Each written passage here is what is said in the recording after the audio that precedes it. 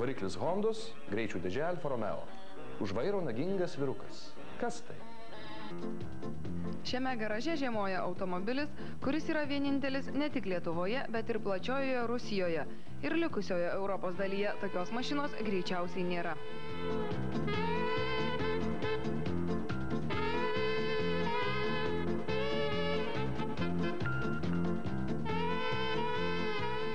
Hondos variklis stovi.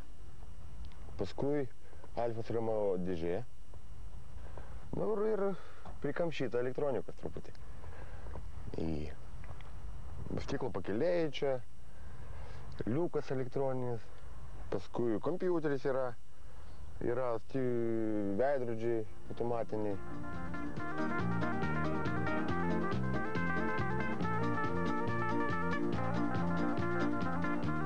Iš tikrųjų, žiūrite ne į kokį naujos rūšies automobilį. Tai beveik 30 metų senumo Zaporožietis. Jei kas pamiršo, kaip atrodo Zaporožiečio originalas, susiraskite kieme mažiausią, apleistą, be ratų ir žolių priaugusią mašinytę, kuri iš kiemo jau niekada nepajudės. Šis zapukas juda ir dar kaip.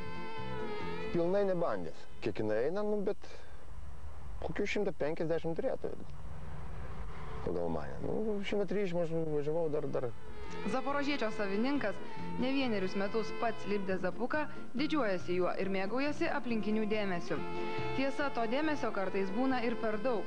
Žalia mažylė traukia ne tik praeivių, bet ir policininkų akį. Dažniausiai stabdo už diržus, nes šitam modelį yra gamyklos nepritaikyti dar diržai. Už tai jie pamato, kad važiuoja be diržo, stabdo. Sustabdę policininkai dažniausiai net dokumentų neprašo. Puola apžiūrėti automobiliuką. Tolimiausia Zaporožiečio kelionė buvo į Rygą. Automobilis su vėjeliu įveikė tokį atstumą.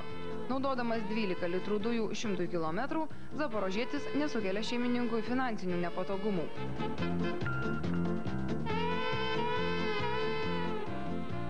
O dabar lenktynės.